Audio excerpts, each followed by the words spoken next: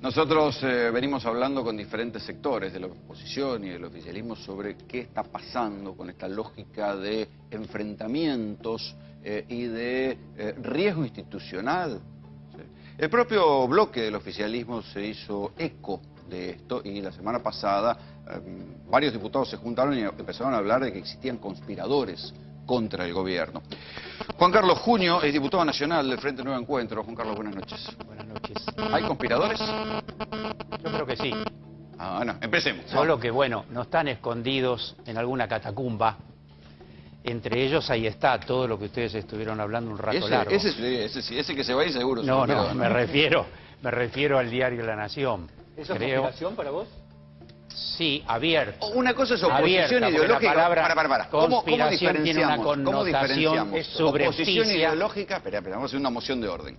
Una cosa es oposición ideológica y otra cosa es conspiración, ¿o no? Sí, efectivamente. Sí. ¿Cómo la distinguimos? Porque sí, si no...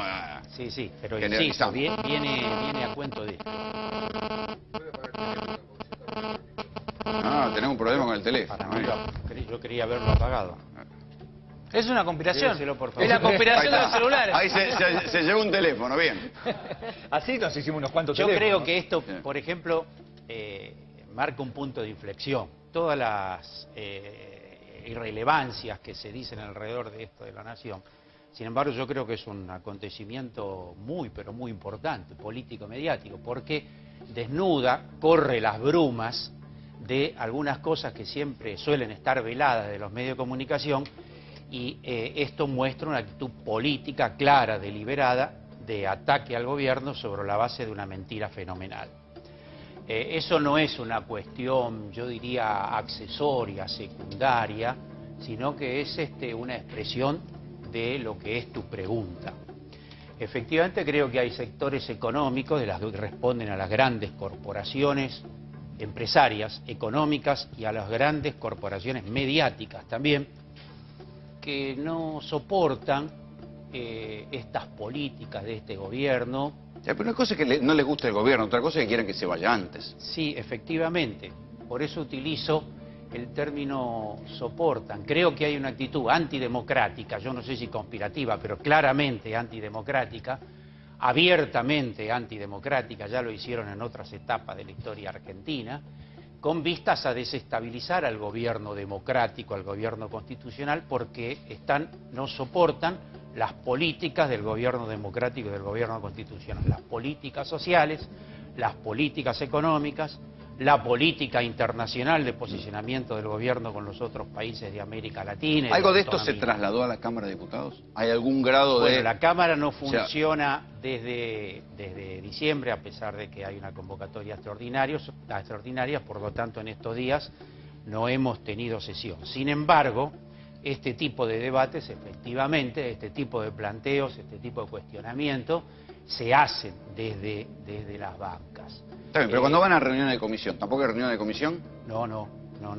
Va a haber en los próximos... Porque en reuniones de comisión se encuentran oficialistas y opositores, y ahí es el ámbito del laburo. Así es, se discutan temas específicos de las comisiones y ahí surgen, por supuesto, debates de orden político. Yo, francamente, volviendo a la cuestión central de la pregunta, yo creo que acá hubo y todavía se sostiene una gran operación política y económica.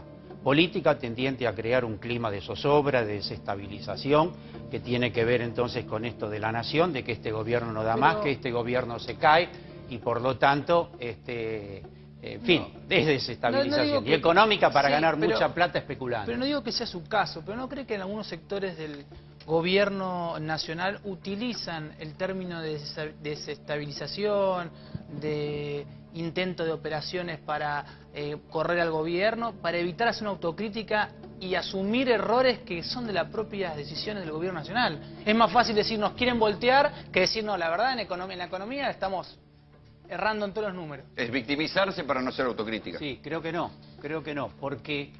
Porque no creo que Mariano Barrio de La Nación quiera... No, yo creo que La Nación, al periodista no lo conozco, pero eso está claro.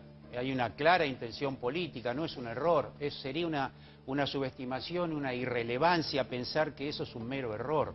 Se trata de La Nación y del Papa. Ustedes lo explicaron muy bien, no voy a reiterarlo. Por lo tanto, es imposible que el diario de 150 años, que debe tener montones de canales de comunicación con los vínculos tenga un eclesiásticos. error de este tipo. De cualquier manera, creo que es un hito extraordinario. Acá hay una agresión a la opinión pública de la nación y a sus propios lectores, porque esto es un fraude notable. Volviendo a lo que vos preguntabas, que no quiero olvidar. Ahora hay que lograr que te desmienta el Papa, ¿eh? Sí, así es un Yo hecho llegué hasta Parrilli, absolutamente extraordinario, que te diga que es una cosa disparatada. Y el tema de la verdad y la mentira es muy anterior al 45, es del fondo de los tiempos. Las grandes mentiras de los medios de comunicación es antidiluviano, no, de los medios de comunicación, de los grandes medios monopólicos de comunicación, y acá estoy hablando específicamente de la nación, no hay incluso por qué generalizar Juan Carlos, en forma absoluta. ¿Vos crees que verdaderamente no hizo autocrítica es que el gobierno se vaya, literalmente? Sí, efectivamente, sí. ¿Pero es una interpretación o tenés algún dato? No se trata de una cosa conspirativa, sino de acontecimientos políticos, claramente. Ya lo habían hecho en el famoso aquel diálogo de Grondona y el presidente de la sociedad rural, luego de las elecciones del 2009. Bueno, ¿vos creés que este gobierno va a durar hasta que termine el mandato? O sea que estaban especulando, y con todo lo que incluso ustedes mencionaron, el gobierno se queda, el gobierno se va, ese es el emergente de una voluntad política de erosionar, de esmerilar al gobierno para que llegue muy desgastado o para que termine antes. Y eso ¿Hay algo serio? Además, porque digo, uno que conoce la historia argentina reciente sabe que más allá de que alguien quiera tumbar un gobierno, tiene que pasar algunas cosas. Tiene que haber algunos quilombos en las calles y otros quilombos en la política. Lo primero que hay que mirar es qué pasa con la sucesión presidencial, que digamos, a ver si hay algo, porque uno no puede pensar que va a haber un golpe militar, digamos, ni a esta cosa. Los golpes en América Latina, los cambios tienen que ver con la sucesión presidencial. Hay que mirar a la sucesión presidencial, uno, y otro hay que mirar a la calle. Y la cuestión de las calles se va a resolver cuando venga la pelea por las paritarias ahora. Por lo pronto, la cuestión de las calles creo que está ligado a que hay en la sociedad, en la población, en el sector asalariado, más allá de la importancia que tienen las paritarias próximas, creo que no prenden todas estas actitudes tendientes a crear una situación de zozobra y por lo tanto no pueden convocar a la calle. ¿Y en los sindicatos opositores? ¿En Moyano, en Barrio Nuevo? Sí, lo intentan. Moyano tiene una actitud claramente de oposición abierta y de acompañar todas las críticas y de plantear que este gobierno es un gobierno sin perspectiva, que no tiene futuro. Bueno, es más o menos lo que está diciendo Eduardo Duhalde. Más o menos lo de Duhalde, y es lo que empujan estos grandes medios de comunicación.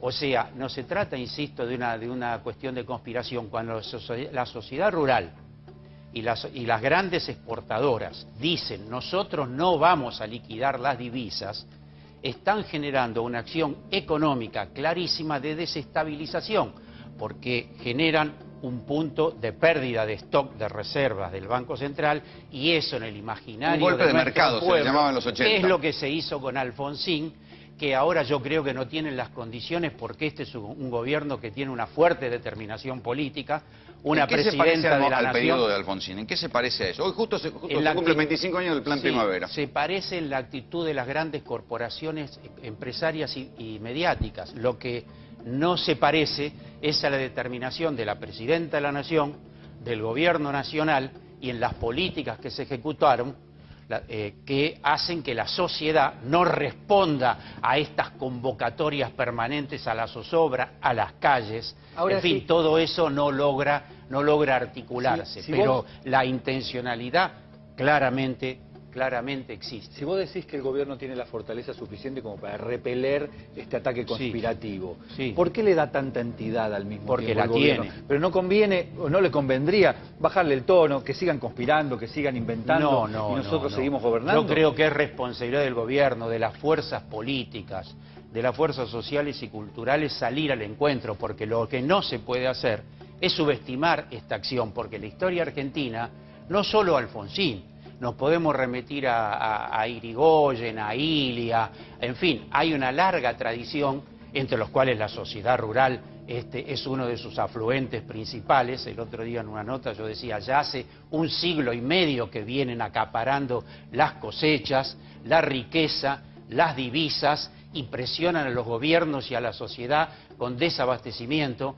con quedarse con las divisas y que el Banco Central de la República Argentina, en este caso, se encuentra en una situación difícil. Esa es una actitud más vieja que claramente, por lo tanto, no debe ser subestimada. Muy por el contrario, creo que tenemos que denunciarla y estar a la ofensiva contra y seguir insistiendo ante la opinión pública. Entonces, estos años el gobierno fue el que no hizo nada contra las exportadoras de cereales, a que ahora les está pidiendo que liquiden las divisas.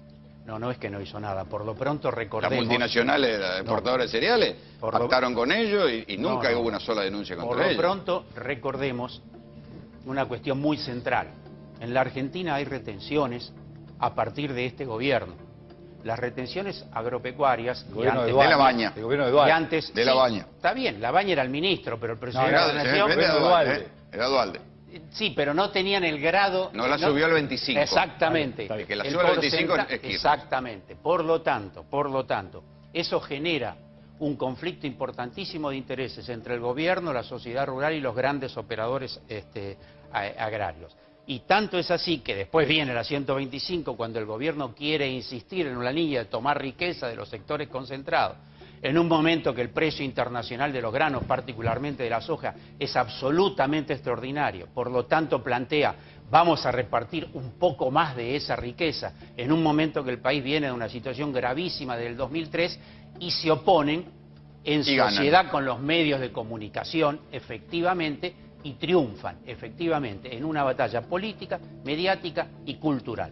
Por lo tanto, el gobierno ha tenido una actitud fuertísima de enfrentar a esos sectores, tratar de tomar riqueza y distribuirla. Una buena parte de los planes sociales, de la asignación universal, de la determinación el otro día del plan Progresar, que son 11.000 millones de pesos y que involucran a 1,5 millones de jóvenes humildes. Todo eso viene de la recaudación impositiva, que a la sazón, digamos que la recaudación impositiva en este país sigue creciendo, ha tenido el último mes un 37% de aumento con respecto a la del año pasado. Digamos a la sazón también que eso es porque hay actividad económica y hay consumo, más allá del proceso de incremento de los precios, que creo que es lo que es la gran batalla que ahora hay que librar, que se está librando a los efectos de que esta devaluación no se transforme en una transferencia de riqueza del sector de ingresos fijos, entendiendo por el sector de ingresos fijos desde los que tienen ingresos muy modestos hasta los que tienen ingresos muy altos de la clase media. Esa es la vieja historia de las devaluaciones. Por eso siempre tenemos un reflejo lógico en contra. ¿Pensás que existe el círculo rojo? ¿Quiénes son? El círculo rojo no lo inventó Macri. Macri descubrió. Es una paradoja. Blanqueó. Macri descubre algo que todos sabemos desde hace siglos, mucho antes del 45. Existen. No, pero no me lo diluyas en la historia. Vamos a hablar quiénes son ahora. Y ahora son las grandes corporaciones, las grandes potencias extranjeras que no soportan en todo el continente, ni en Argentina tampoco, estos procesos populares de distribución de la riqueza, autónomos de los dictados de toda su vida que tuvieron en el continente americano. Número uno. Entonces, actúan contra el gobierno boliviano, contra el gobierno ecuatoriano, contra el gobierno cubano, contra el gobierno brasilero y contra el argentino. Número dos, las grandes corporaciones agrarias, AEA, que representa los grandes intereses de las grandes corporaciones, tanto locales, no nacionales, porque lo nacional tiene una connotación vinculada a la nación.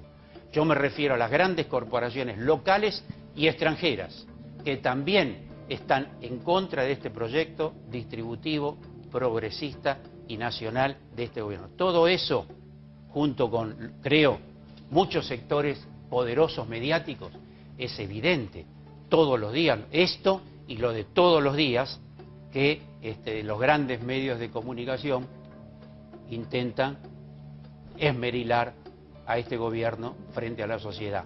Algunas veces muy pocas con verdades, porque existen, y muchísimas, la gran mayoría, con grandes mentiras. Muchas gracias por venir. Gracias a usted por la invitación.